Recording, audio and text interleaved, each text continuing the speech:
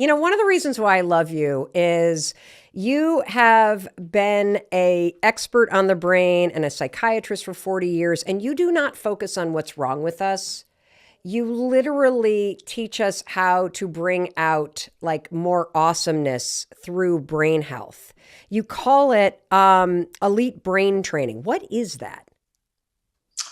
Well, a long time ago, I realized I hated the term mental illness. It shames people, it's stigmatizing, and it's wrong. There are brain health issues. And if I can teach you to get your brain healthy, well, your mind is better. People often don't understand that. Your brain, physical functioning of your brain creates your mind. And so if you want to be elite, you're already elite. But the people I work with, everybody wants to be better. Nobody wants to be told they're mental. And so the mission I have on the planet is to end the whole concept of mental illness and create this revolution in brain health, which is why I'm so grateful to hang out with you today. Oh, I wasn't planning on asking you this, but I just was struck by the fact that you distinguished between the brain and the mind. What's the difference between your brain and your mind? Well, your brain, the physical functioning of your brain, creates your mind. And people get this mixed up all the time, but you just have to think of someone who has Alzheimer's disease. And if you saw the scans of people with Alzheimer's disease, you see that they're wildly damaged. And then that person is no longer fully that person because their brain has been damaged. Or just take COVID. Mm-hmm. People who get COVID in the next 4 months have a 25% chance of having a new onset psychiatric illness because COVID causes inflammation in the brain. And then I was on the Kardashian show recently, and Kendall came to see me, and she's like, after I got COVID, I'm so anxious. But if you look at the physical functioning of her brain, her emotional centers are on fire. And so people really need to know, if you want a healthy mind, the first thing to have is a healthy brain. And when you say a healthy brain, so that makes sense to me, Dr. N, first of all, especially the Alzheimer's example. It makes sense to me that when the physical structure and functioning of your brain is impacted, of course it has an impact on the state of your mind. And so are you saying that absolutely anybody can improve the physical health of their brain, and that will have an impact on your happiness, your performance, and your mental health? Everything. And it happens quickly. So for example, if you get better sleep tonight, your Yep. mind will be better tomorrow. If you get drunk tonight, your mind's going to be worse tomorrow. And because those both have a direct impact on the physical functioning of your brain. Wow. It's interesting because you're right. There is so much information and so many conversations out there about mental health, but you have this revolutionary approach of teaching all of us how to take better care of our brain and how to improve our brain itself and how that has a direct impact. So I want to start at the very beginning because, you've been doing this for 40 years. You are, in my opinion, the world's leading expert on the brain. And can you give us just a 101 on the brain and what you want anybody and everybody to know about the brain? And I want you to speak directly, Dr. Amen, to somebody who may be listening who's never thought about this topic before. So your brain is involved in everything you do, how you think, how you feel, how you act, how you get along with other people. It's the organ of intelligence, character, and every single decision you make. And when your brain works right, you work right. And when your brain is troubled for whatever reason, you're sadder, sicker, poorer, because your decisions aren't as good. And the very first step in getting a healthy brain is developing a concept I call brain envy. I always say Freud was wrong. Penis envy is not the cause of anybody's problem. I haven't seen it once in 40 years. It's brain envy is what you want. You want to love the 3 pounds of fat between your ears. You know, today I'm in Miami, but I usually live in Newport Beach, where we have more plastic surgeons than almost anywhere in the world, because people care more about their faces, their breasts, their bellies, and their butts than they do their brain. And that's insane, because it's your brain that makes you attractive. It's your brain that makes you happy. It's your brain that keeps you purposeful, or it's your brain that is the organ of rage. And so getting your brain right is critical. And it's these 3 steps: brain envy, got to care, avoid anything that hurts it, know the list. And quite frankly, most second graders would get a 90% if you gave them 100 things that hurt their brain. And then the third thing is regularly do things that help it. And I worked with BJ Fogg for 6 months. He runs a persuasive tech lab at Stanford on how people change.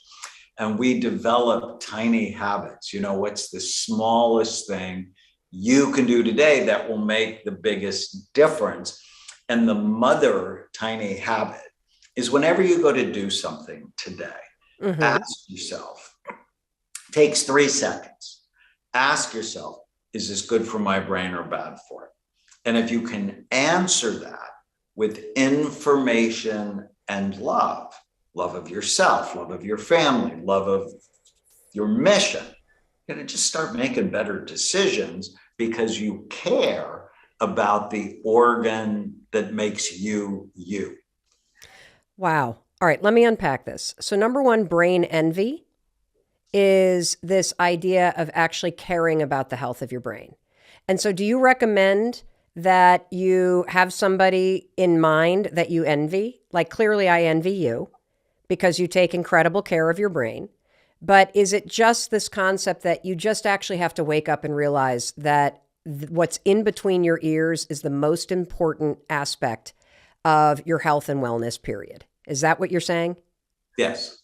And number 2, you then said that there are these micro habits that you have developed, one of which is asking yourself literally throughout the day, is this good or bad for my brain? So let me just role play that one real quick, because you said that like 90% of second graders can answer the question correctly almost all of the time, but we adults get it terribly wrong. So let's just say it's breakfast time. So how do you use this to start to make better choices that help your brain? Like, do you literally go, okay, am I having a cup of coffee or a glass of water? Am I eating like a big piece of toast with tons of butter and all this crap on it? Am I taking my supplements? Like, how does this play out in somebody's day-to-day life, Dr. Amen? So I used to play a game with my daughter when she was little. Her name is Chloe. And we called it Chloe's Game. And I would say blueberries, and she would say 2 thumbs up, God's candy. And then I would say Frosted Flakes. She'd go, way too much sugar. Or avocados, 2 thumbs up, God's butter. Or hitting a soccer ball with your head. And she would just roll her eyes like, brain is soft, skull is hard.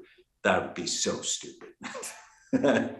and so if you think of the standard American diet, sad, almost everything's bad for your brain.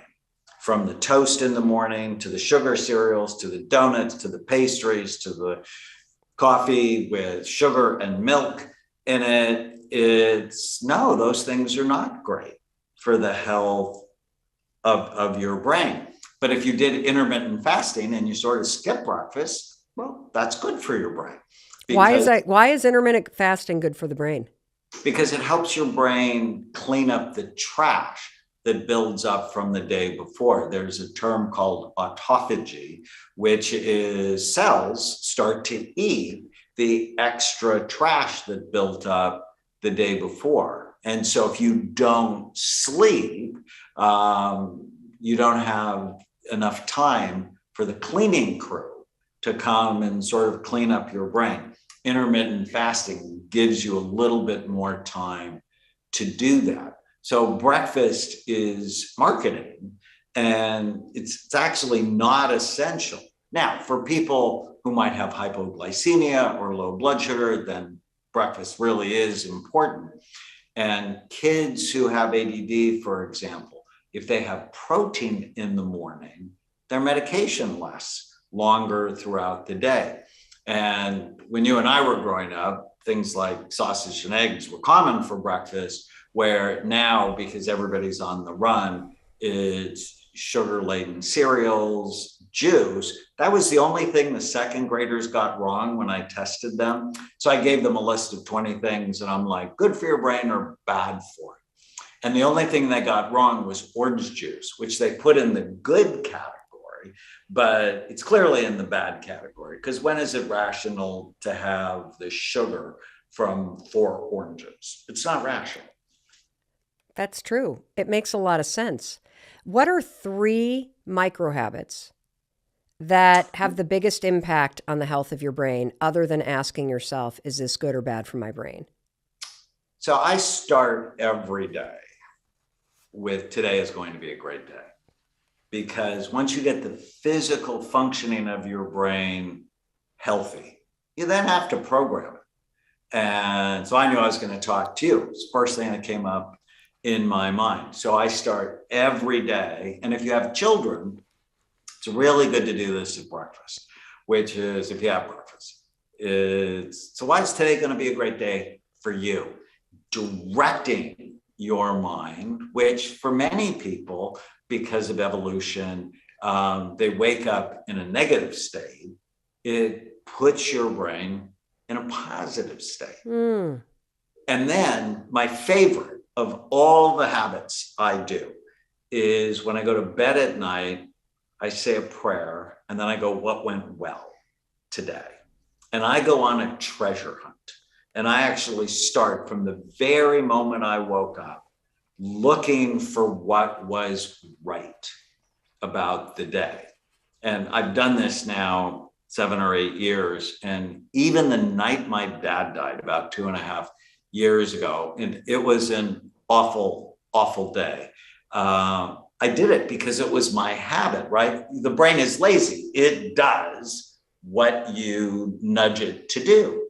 And so it really helped me even in a really hard time. But it's almost my favorite time of the day because, like you, I'm busy and great things will happen and I'll just not really focus on it. But it's that treasure hunt that is just so good. And then I take my supplements every day because we live in a nutrient deficient society. And I always want to give my brain the nutrition it needs so it can serve me rather than derail me. Is there one supplement that you believe everybody should take for better brain health? Well, a couple, multiple vitamin, a really high quality multiple vitamin. I make one called Neurovite Plus. Brand new study showed people with memory problems who were headed to darkness when they took a high quality multiple vitamin, within a matter of months, their memory was better. So, what? Yes. Wait a minute. Hold on a second. So you're saying that a high quality multivitamin can not only improve your memory, but if you're sliding on a slippery slope toward memory loss, research shows that it can actually bring memory back? Yes, brand new research just came out. They're actually comparing it to placebo and cocoa extract, chocolate. And they were hoping the chocolate would do it. It wasn't the chocolate, it was the multiple vitamin. And why I developed Neurobite like I did, it has the same dosages of B6, B12, and folate that decrease the conversion of mild cognitive impairment to Alzheimer's disease. Now, I never make a disease claim with supplements, but if this level of B6, B12, and folate did that, I'm going to put those levels in our supplements. Wow, I'm going to start popping it like candy is what I'm going to do. I'm going to make sure that we link to that study and then we link to the supplements that you make as well, just so that people can check it out. That's incredible. So a multivitamin has a huge impact. I hear a lot about fish oil too. And that would be number two. I did a study at Amen Clinics and we found 98% of people had suboptimal levels of omega-3 fatty acids unless they were supplementing, because we don't have the same level of fish consumption we had before. Plus, fish is tricky. Brand new study out of Florida International University, so not very far from where I am today. They looked at bonefish off the coast of Florida. On average, they had 7 pharmaceutical medications in their tissues. And I'm like, no way. And the most common were antidepressants. So as humans, excrete the medications they take into, waste plants, that gets out into the ocean. And then the fish we eat are impacted by them in a negative way. Whoa. So one reason I like high quality fish oil, because it's purified, especially ours, but also omega-3 fatty acids have been found to be good for your heart, good for your brain, good for your hair, good for your skin, good for your eyes. Why is it good for the brain? 25% of the nerve cell membranes in your brain are made up of omega-3 fatty acids. So if you're deficient, your brain is not going to work as fast and efficiently as it could. And low levels have been associated with all sorts of bad things, from depression to dementia to ADHD. The days are dark. The weather's getting colder, and I am feeling my mood, my energy, all of it plummet. I decided that I wanted simple strategies to help me boost my mood. And so I picked